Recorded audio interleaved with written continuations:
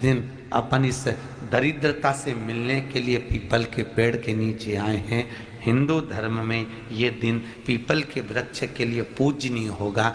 जो भी शनिवार के दिन पीपल के वृक्ष की पूजन करेगा, दूध चढ़ाएगा या मिष्ठान का भोग लगाएगा, लक्ष्मी और नारायण उसके घर में प्रवेश कर जाएगा। लक्ष्मी और नारायण उसके घर में प्रवेश करेगा। इसलिए नियम बनाया।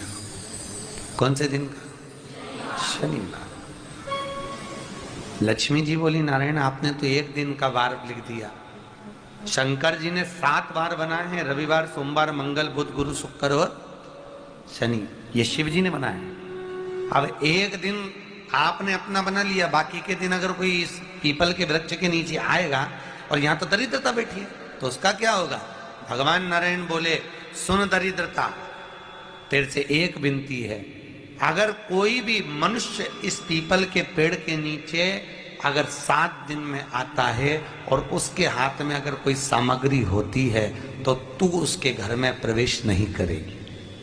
नियम है पीपल के वृक्ष का, या तो पानी का लोटा लेकर जाओ, कुंकू का चोपड़ा लेकर जाओ, शक्कर लेकर जाओ, या पेड़ के नीचे चींटी को डालने के लिए आटा ले जाओ, पर खाली हाथ पीपल के वृक्ष के नीचे कभी मत जाओ, कभी नहीं जाओ।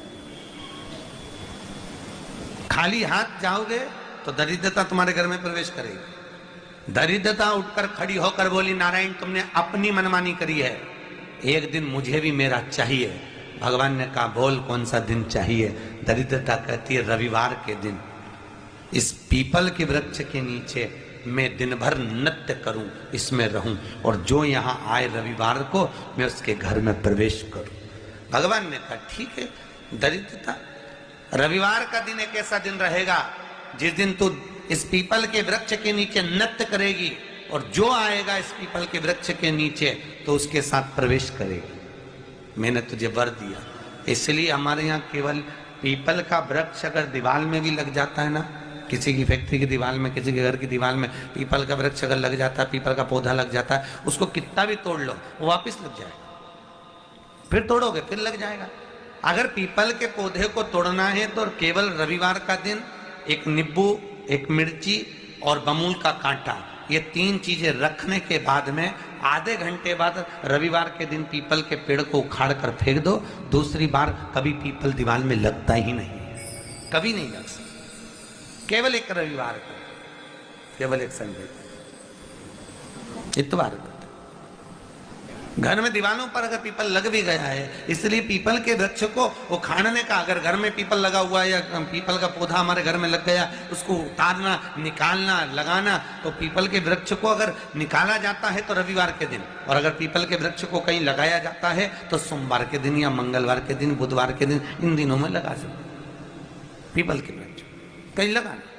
शनिवार का दिन एक ऐसा दिन होता है जिस दिन पीपल के वृक्ष को कहीं जाकर लगाया नहीं जाता, क्योंकि शनिवार के दिन पीपल के वृक्ष के नीचे लक्ष्मी रहती है। हम अपने हाथों से अगर पीपल का वृक्ष किसी दूसरी जगह पर शनिवार को रोपित करते हैं तो हमारे घर की लक्ष्मी अपने घर से छिन्न होकर चली जाती है। इसलिए शनिवार के दिन पीपल लगाया नहीं जाता, किसी के घर जाकर उसको वापस पलटा नहीं जाता। लग गया उसको डर।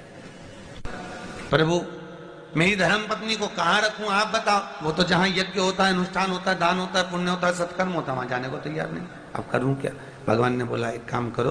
दुर्वासा जी बोले, जिसके यहाँ रात्रि में बर्तन झूठे पड़े रहते हो उसके घर में इस दरिद्रता को लेकर तुम प्रवेश कर जाना। जिसके यहाँ रात्रि में बर्तन झूठे पड़े हो वहां लेकर प्रवेश कर जाओ। दूसरी जगह दुर्वासा जी बोले, जो स्त्री घर में दोपहर के समय पर सो रही हो उसके घर में इसको लेकर प्रवेश कर जाएगी। जो स्त्री दोपहर के समय में घर पर सो रही हो इस दरिद्रता को लेकर प्रवेश कर जाइए। तीसरा, जिसके यहाँ पर दरवाजे पर कांटे वाले पौधे लगे हों उस घर में इस दरिद्रता को लेकर प्रवेश कर जाइए। दरिद्रता, कितनी सुंदर बात कही है। दाता और विधाता, कौन कौन? दाता और विधाता। लक्ष्मी और दरिद्रता के सगे भाई हैं। कौन कौन? दाता और विधाता। दाता को फिटकरी प्रिय है, विधाता को नमक प्रिय है। ये दोनों हमेशा लक्ष्मी को और दरिद्रता को दोनों को समझाते थे, दोनों में प्रेम बढ़ाते थे।